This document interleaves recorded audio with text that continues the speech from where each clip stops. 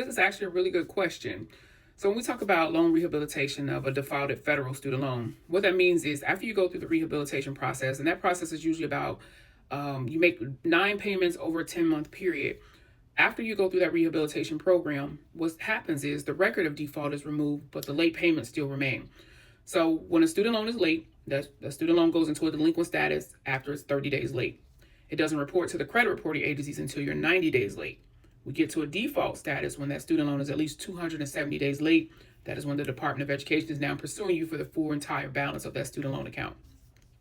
But what's different is when we cross over and we talk about the Fair Credit Reporting Act, and we talk about information that either that debt collector that's working with the department, the loan servicer, or even the Department of Education, whoever is providing or furnishing the information to the credit reporting agencies, and how that information was furnished. And that they utilize proper procedures under the FCRA or the Fair Credit Reporting Act, that information was, of course, reported fairly, that the information that they're reporting is complete, accurate, and also that the information is verifiable. Because when we talk about this information, if you pay the student loan, this defaulted federal student loan off in full, what happens is the Department of Education, they'll send a notice to the credit reporting agencies basically that the account, or update the account to being paid in full. Instead of it staying in the default, it'll say paid in full. But that information that led up to all of that is still going to remain. Now, you have the right. You can dispute your student loans, the information that's in your student loan account or that's on your credit report. You can dispute that information. You have the right to do that.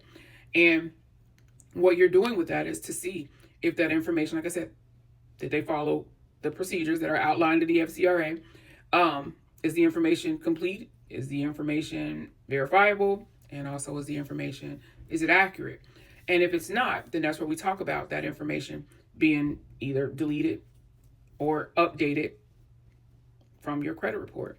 And there's a lot more to it, but to simplify the question, if you pay the loans off in full, the defaulted information is still going to remain. They're just going to update it to show that it's paid in full in order to contest the information, so to speak. That's what we'll go through the dispute process, because there's a process to everything.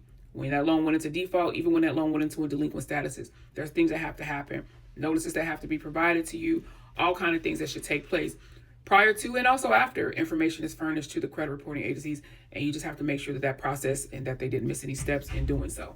But to answer your question shortly, the information will still be there on your credit report even after you pay the account off in full, unless you go through the dispute process.